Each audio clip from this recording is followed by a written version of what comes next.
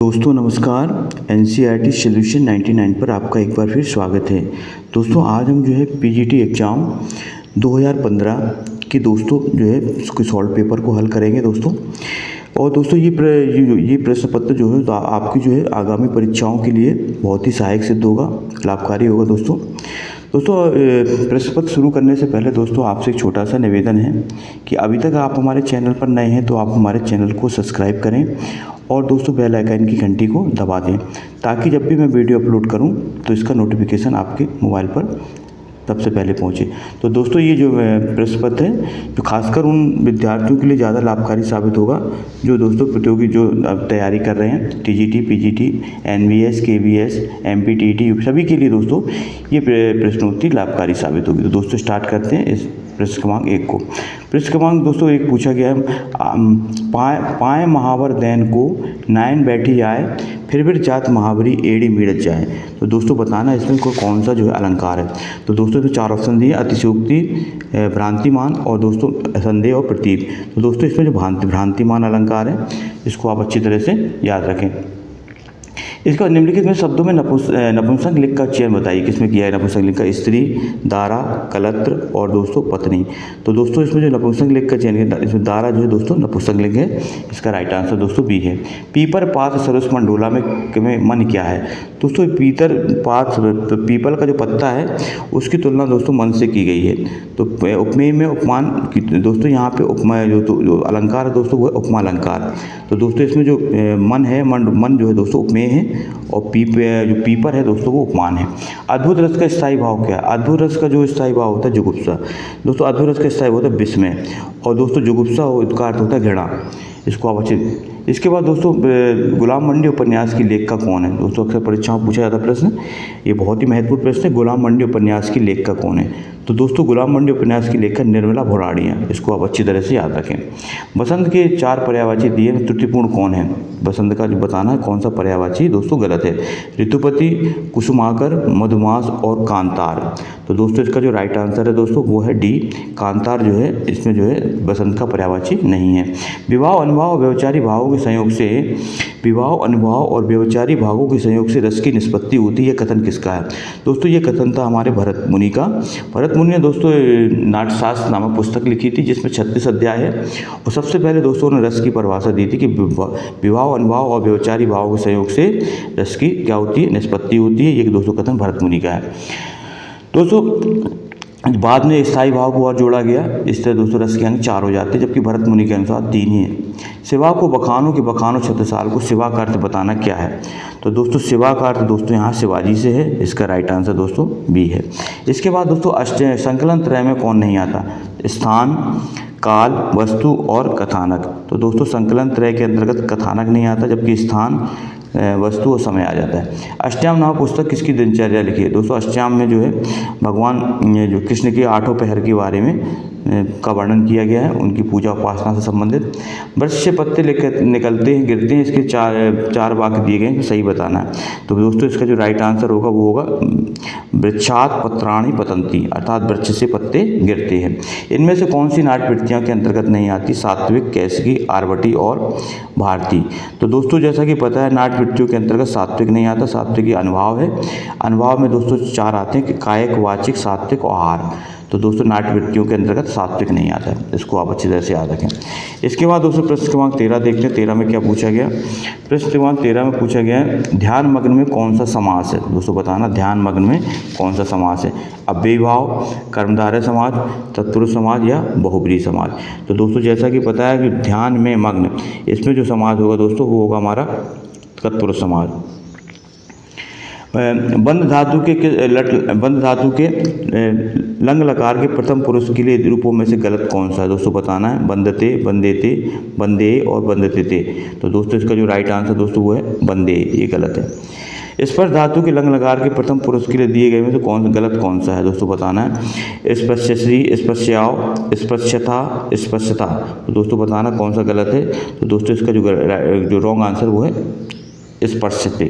नीचे दिए गए शब्द की वर्तनी में 4 प्रकार से लिखी गई है। इसमें दोस्तों में सही वर्तनी का चयन। दोस्तों कवित्री की सही वर्तनी बताना है। तो दोस्तों कवित्री की सही वर्तनी दोस्तों इस तरह लिखी जाती है कवित्री। इसको दोस्तों इसका राइट आंसर दोस्तों सी है। इसके बाद दोस्तों प्रश्न क्रमांक 17 देखते हैं। 17 में क्या पूछा गया, सतसैया के दोहरे जो नाविक के तीर देखन में छोटे लगे घाव करें गंभीर। इसमें बताना है नाविक के तीर में नाविक का क्या अभिप्राय है। तो दोस्तों जो नाविक का अभिप्राय है दोस्तों वो है बहेलिया से। इसके बाद दोस्तों हिंदी नई चाल में ढली भारतेंदु की यह पंक्ति बताना दोस्तों किस पुस्तक से ली गई है। तो दोस्तों हिंदी नई चाल में ढली ये जो प्रसिद्ध पंक्ति है दोस्तों वो भारतेंदु जी की कालचक्र नामक पुस्तक से ली गई है। तो भारत दुर्दशा और अंधेर नगरी ये दोस्तों इनके नाटक हैं भारतेंदु हरिश्चंद्र जी के। इनमें से कौन सा व्यंजन अल्पप्राण है। तो अल्पप्राण बताना दोस्तों खा, था, चा और फा। तो दोस्तों अल्पप्राण व्यंजन है दोस्तों वो है हमारा चा। तो दोस्तों प्रत्येक वर्ग का पहला, तीसरा और पांचवा ये जो दोस्तों व्यंजन होते हैं ये अल्पप्राण कहलाते हैं और दूसरा और चौथा व्यंजन दोस्तों महाप्राण कहलाता है। घूरे के लत्ता बीने कनातन के ढोल बांधे जैसा शीर्षक किस लेखक ने लिखा था। 4 ऑप्शन है भारतेंदु हरिश्चंद्र, प्रताप नारायण मिश्र, बालकृष्ण भट्ट और बद्री नारायण चौधरी प्रेमघन। तो दोस्तों इसका जो राइट आंसर है घूरे के लत्ता बीने कनातन के ढोल बांधे, ये पंक्ति दोस्तों प्रताप नारायण मिश्र की है। इसको आप अच्छे से। और दोस्तों उन्होंने ब्राह्मण नामक पत्रिका का भी संपादन किया था। मणिकर्णिका आत्मकथा किसकी है। बताना केवल कमल भारती की, मोहनदास नेमिसराय, जयप्रकाश करदम की और तुलसीराम की। तो दोस्तों जो ये कविता है दोस्तों ये है तुलसीराम की मणिकर्णिका। इसके बाद दोस्तों ये दलित विमर्श से संबंधित कविता है। पुस्तक जल्हण हथ दे चल गज्जन प्रकाश में जल्हण ने कौन सी पुस्तक देने का उल्लेख है। जल्हण को दोस्तों जल्हण जो है दोस्तों चंद्रवरदाई का पुत्र था। जब दोस्तों चंद्रवरदाई को जो है मोहम्मद गोरी बंदी बना कर ले जाता है तो दोस्तों जो पृथ्वीराज रासो को जो है वो जल्हण को सौंप देता अपने पुत्र को, ताकि वो जो है जो शेष बची हुई पृथ्वीराज रासो है उसको पूरा कर दें। तो दोस्तों ये पृथ्वीराज रासो की चर्चा की गई इसमें। इसके बाद इनमें से कौन सा है जो चंद्रलोक की छाया है। बताना काव्य विवेक, कविकुल कल्पतरु, भाषा भूषण और काव्य प्रकाश। तो दोस्तों इसका जो राइट आंसर दोस्तों भाषा भूषण। भाषा भूषण जो है चंद्रलोक की छाया है, इसको आप अच्छी तरह से याद रखेंगे। इसके बाद दोस्तों प्रश्न क्रमांक देखते हैं 24 में क्या पूछा गया है। 24 में पूछा गया दोस्तों सिकंदर लोदी ने किसके कहने पर कबीरदास को जंजीर से बांधकर गंगा में डुबाया था। बताना दोस्तों सिकंदर लोदी ने 1504 में दोस्तों आगरा शहर की स्थापना की थी। और दोस्तों जो कबीरदास जी तो इनके समकालीन थे, सिकंदर लोदी के समकालीन थे। तो 4 ऑप्शन गुलाम हसनैन, मोहम्मद शाह, शेख तकी और शेख फिदा हुसैन। तो दोस्तों इसका जो राइट आंसर दोस्तों शेख तकी के कहने पर दोस्तों इन्होंने जंजीर से बांधकर गंगा में डुबाया था। आचार्य रामचंद्र शुक्ल की दृष्टि से किस युग के लेखकों की दृष्टि व्याकरण के नियमों पर अच्छी तरह नहीं थी। द्विवेदी युग, भारतेंदु युग, छायावाद युग और प्रगतिवाद युग। तो दोस्तों इसका जो राइट आंसर दोस्तों भारतेंदु युग में दोस्तों जो है व्याकरण के नियमों को पकड़ जो है लेखकों की अच्छी नहीं थी।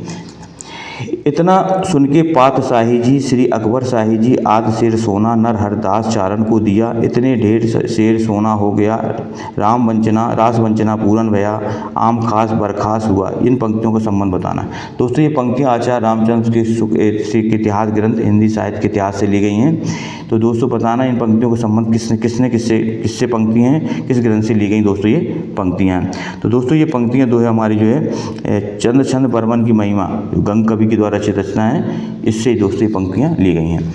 हमारे सबसे मधुर गान वे हैं जिनमें विषादपूर्ण भाव व्यक्त किए जाते हैं। हमारे सबसे मधुर गान वे हैं जिनमें विषादपूर्ण भाव व्यक्त किए जाते हैं। पंक्तियाँ किसकी हैं, शैली, टेनिसन, वर्ड्सवर्थ और दोस्तों कीट्स। तो दोस्तों इसका राइट आंसर दोस्तों से पंक्तियाँ शैली की हैं। वाक विचार के अंतर्गत वाक अध्ययन किया जाता है। वाक विचार के अंतर्गत क्या अध्ययन किया जाता है। तो शब्दकोश का, वर्णों का, वाक्यों का और AOV दोनों का। तो दोस्तों इसमें अध्ययन किया जाता है वाक्यों को। वाक विचार के अंतर्गत वाक्यों। फरिश्ते निकले की मुख्य पात्र कौन है। चंपा बहू, बेला बहू, नरगिस बहू या चमेली बहू। तो दोस्तों इसका राइट आंसर है चंपा बहू। उपन्यास के तत्वों में कौन सा शामिल नहीं है। तो दोस्तों उपन्यास में कथा वस्तु भी आता है, कथोपकथन, चरित्रण, रंग निर्देश। तो दोस्तों बताना कौन सा जो है उपन्यास के तत्वों में शामिल नहीं है। तो दोस्तों जैसा कि पता है रंग निर्देश जो है ये नाटक के अंतर्गत आता है, ना कि उपन्यास। उपन्यास के अंदर दोस्तों कथानक, पात्र परिचय, संवाद, देश काल या वातावरण, भाषा शैली और उसे उद्देश्य, इस दोस्तों इतनी चीज़ें आती हैं। निम्नलिखित में कौन सा अर्थ प्रवृत्तियों के अंतर्गत नहीं आता है। बताना कौन सा जो है अर्थ प्रवृत्तियों के नहीं अंतर्गत आता, कार्य, पताका, प्रक्रिया और विषादांत। तो दोस्तों इसका जो राइट आंसर दोस्तों डी है, विषादांत दोस्तों ये अर्थ प्रकृति के अंतर्गत नहीं आता है। दोस्तों आपसे छोटा सा एक विनम्र निवेदन है कि अगर आप हमारे चैनल में नए हैं तो आप जो है हमारे चैनल को क्या करें, सब्सक्राइब कर दें दोस्तों, और बेल आइकन की घंटी को दबा दें। दोस्तों आपका एक सब्सक्राइब, एक लाइक हमें ना मोटिवेशन देता है। हम इस तरह आपके लिए दोस्तों नए नए वीडियो बनाकर लाते रहते हैं। हमसे जुड़ें और दोस्तों प्लेलिस्ट में जाकर के वीडियो को और अच्छी तरह से देखें। आजमगढ़ रीडर किस प्रेस से प्रकाशित हुई थी? बताना दोस्तों, आजमगढ़ रीडर किस प्रेस से प्रकाशित हुई थी? तो दोस्तों आजमगढ़ रीडर जो हुई थी आर्फन प्रेस से प्रकाशित हुई थी। हिंदी भाषा में रचना करने पर किस सूफी कवि को मुसलमानों के उपालम का तो दोस्तों उल्हाना सुनने को मिला था? जायसी, उस्मान, शेख नबी और नूर मोहम्मद। तो दोस्तों इसका जो राइट आंसर दोस्तों वो नूर मोहम्मद। इनकी रचना का नाम दोस्तों अनुराग बासरी। इनमें से कौन सा शब्द तत्सम नहीं है? चीर, मयूर, सफ़ेद और शीर्ष। दोस्तों बताना कौन सा शब्द इसमें से तत्सम नहीं है?